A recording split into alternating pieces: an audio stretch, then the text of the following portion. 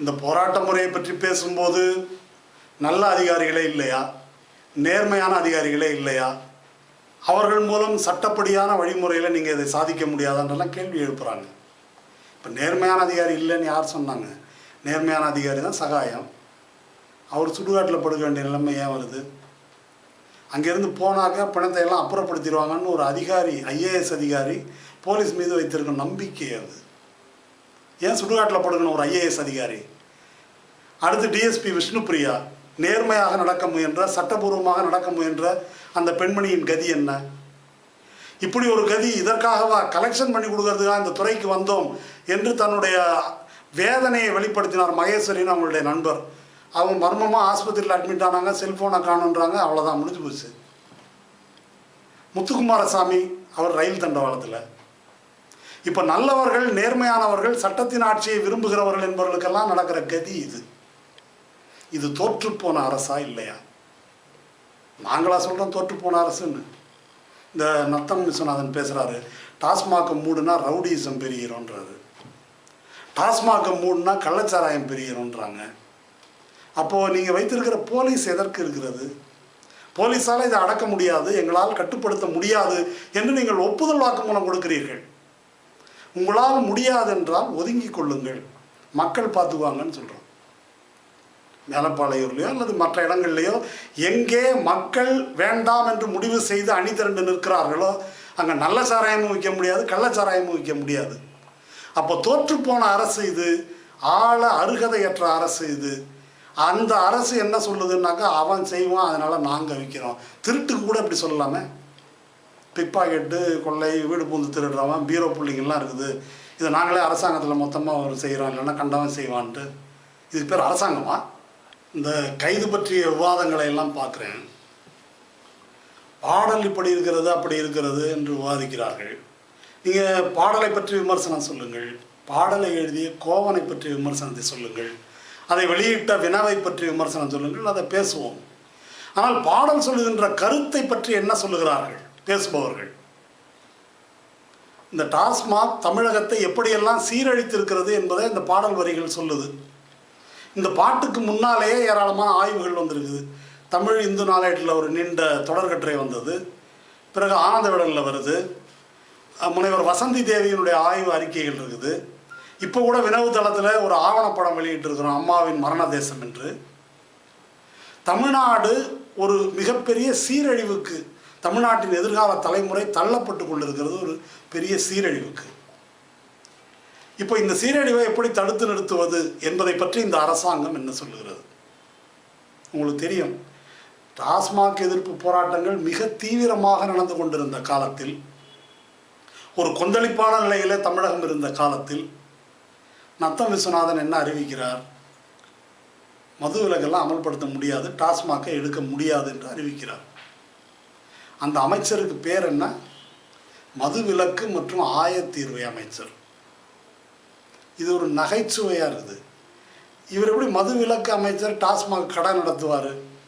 மது விலக்கு தான் எங்கள் கொள்கை அப்படின்னு அதில் அதிமுக சார்பில் பேசுபவர்கள்லாம் அதை பேசுகிறாங்க. அரசாங்கத்தின் கொள்கை மது விலக்கு தான் என்றும், வேறு வழி இல்லாமல் தற்காலிகமாக ஏதோ இந்த சாராயம் விற்று கொண்டிருக்கிற மாதிரியும் பேசுகிறார்கள். மது விலக்கு தான் கொள்கைன்னு எப்படி சொல்கிறேன்னு கேட்டால், அந்த போர்டில் எழுதியிருக்குது பாருங்கள், மது வீட்டுக்கு நாட்டுக்கு உயிருக்கு கேடுன்னு எழுதியிருக்கிறோம், அதனால அது எங்கள் கொள்கை. இந்த கோபுரத்துக்கு கீழே வாய்மையே வெல்லும்னு எழுதியிருக்கிறதுனால அதுதான் அரசாங்கத்தின் கொள்கை என்பது போல. பாமக பாலு ஒரு மனு தாக்கல் செய்திருந்தார் சில மாதங்களுக்கு முன்னாலே சென்னை உயர்நீதிமன்றத்தில். கடைகளை அகற்றுவது இருக்கட்டும், கடைகளின் விற்பனை நேரத்தையாவது கொஞ்சம் குறைப்பதற்கு உத்தரவிடுங்கள் என்று உயர்நீதிமன்றத்தில் ஒரு மனு தாக்கல் செய்கிறார். உயர்நீதிமன்றம் என்ன சொல்லுகிறது? சாராயம் விற்பது என்பது அரசாங்கத்தின் கொள்கை முடிவு, அந்த கொள்கை முடிவில் நீதிமன்றம் தலையிட முடியாதுன்னு சொல்லுது. இப்போ சாராயம் விற்பது அரசாங்கத்தின் கொள்கையா, மது விலக்கு அரசாங்கத்தின் கொள்கையா? எது கொள்கை? இதெல்லாம் ஒரு வெட்டி விவாதம், மோசடியான விவாதம். மதுவிலக்கு என்ற பெயரில் ஒதுக்கப்படுகின்ற தொகை இந்த அரசாங்கத்தால் எதற்காக செலவிடப்படுகிறது என்று சொல்லுகிறார்கள் என்றால், கள்ளச்சாராயம் விற்காமல் தடுப்பதற்கு, அரசாங்கம் சாராயம் விற்பதை உத்தரவாதப்படுத்துவதற்குத்தான் மதுவிலக்குக்காக ஒதுக்கப்படும் தொகை என்பது செலவிடப்படுகிறது. ஆக மதுவிலக்கு கொள்கையா இல்லையா அது இல்லை விவாதம். கடை நடத்துறது தான் இவர்களுடைய கொள்கை. அதை எதிர்த்து தான் இந்த பாடல் பேசுது. இப்போ இந்த பாடல் இந்த அரசை குற்றம் சாட்டுகிறது, ஜெயலலிதா அரசை குற்றம் சாட்டுகிறது. நடக்கின்ற விவாதங்கள் எப்படி போகின்றன என்றால், பாடலை கூண்டில் ஏற்றுகிறார்கள், பாடலை எழுதியவர்களை கூண்டில் ஏற்றுகிறார்கள், பாடலை வெளியிட்டவர்களை கூண்டில் ஏற்றி இந்த வார்த்தை சரியில்லை, அங்கே கமா விட்டு போச்சு, இங்கே அரைப்புள்ளி விட்டு போச்சு என்று சொல்லுகிறார்கள். இப்போ குற்றவாளிகள் எங்களை விசாரிக்கிறாங்க. குற்றம் சாட்டுபவர்களை, இந்த சமூகத்தை, தமிழ் சமூகத்தை கெடுத்த குற்றவாளிகள், தண்டிக்கப்பட வேண்டிய குற்றவாளிகள் உட்கார்ந்து கொண்டு பாட்டில் இது சரியில்லைன்னு தீர்ப்பு சொல்கிறாங்க. பாட்டு சொல்லுகின்ற கருத்துக்கு உங்கள் பதில் என்ன? அதை தயவு செய்து விவாதியுங்கள். இந்த பாடல் தனிப்பட்ட தாக்குதலாக இருக்கிறது என்றெல்லாம் ஒரு கருத்தை சொல்லுகிறார்கள், அல்லது கொஞ்சம் ரசனை குறைவாக இருக்கிறது என்றும் சொல்கிறாங்க. இப்போ மகாயிகாவின் பாடல்கள் இந்த மாதிரி இந்த பாடலை எழுதி யூடியூப்பில் போட்டு இது வைரலாக போக போகுது ஃபேஸ்புக்கில், அதற்காக எழுதப்பட்ட பாடல் அல்ல. இந்த பாடல்லாம் கிராமங்களிலும் நகரங்களிலும் மக்கள் மத்தியில் அன்றாடம் பாடப்படுகின்ற பாடல். இந்த யூடியூப்பில் பாடல்களை ஏற்றுவதெல்லாம் இப்போ தான் சமீபத்தில் நடக்குது. இதற்கு முன்னால் மகாயிகாவின் பாடல் ஒலிப்பேழைகள் 12 ஒலிப்பேழைகள் வந்திருக்குது. தென் மாவட்டங்களில் கடுமையான சாதி வெறி கலவரங்கள் நடைபெற்ற போது அவற்றுக்கு எதிராக மேடையில் நின்று பாடி அடி வாங்கி அதை எதிர்கொண்டு நின்று பாடியிருக்கிறார்கள் இதே கலைக்குழுவினர். மதவெறிக்கு எதிராக நேருக்கு நேர் கோவையில் நின்று அது மாதிரி பாட்டு பாடி கலை நிகழ்ச்சி நடத்தியிருக்கிறார்கள். ரவுடிகளுக்கு எதிராக அது மாதிரி பாடி எழுதியிருக்கிறோம்.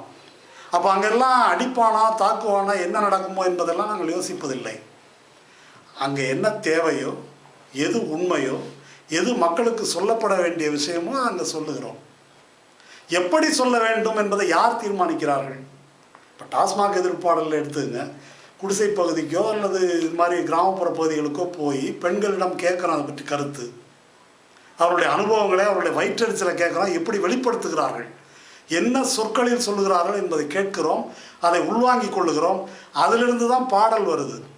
இது எதாவது சங்க இலக்கியத்தை பார்த்து இல்லை வேறு ஏதாவது மூளையில் யோசித்து எழுதுகிற பாட்டு கிடையாது இது. அப்போ மொழி என்பது மக்கள் மொழியில் எழுதப்படும் பாடல். இது தவறு என்றால் மக்களை நிராகரித்து விடுவார்கள். அதனால் நாகரிகம் பற்றி எங்களுக்கு வகுப்பெடுக்க வேண்டிய அவசியம் இல்லை. அம்மாவை ஏன் தனிப்பட்ட முறையில் தாக்குறீங்க? இது தனிப்பட்ட முறையிலான தாக்குதல் அல்ல.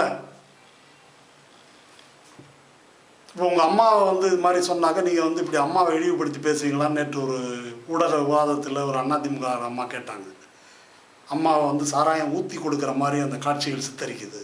கொடுக்கலையா? உங்கள் அம்மாவை அப்படி சித்தரிப்பீர்களா என்று கேட்டால் எங்கள் அம்மா சாராயம் விற்றா வெளியே துரத்தி விட்டுருவேன். மிதாஸ் கம்பெனி யாருடையது?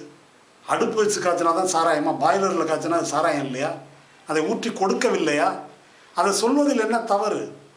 பல கட்சிகள் விஜயகாந்த் மனைவி சொல்லியிருக்கிறாங்க, அம்மா மிக்சி, அம்மா ஃபேன்றீங்களா, அம்மா டாஸ்மாக்னு சொல்ல வேண்டியதானே, உப்புக்கு சொல்கிறீங்க பேர், இதை வைக்க வேண்டியதானே, எல்லாத்துக்கும் என்னுடைய அரசுன்றாங்க. இப்போ இது யாருடைய அரசு? நத்த விஸ்வநாதனுடைய அரசா?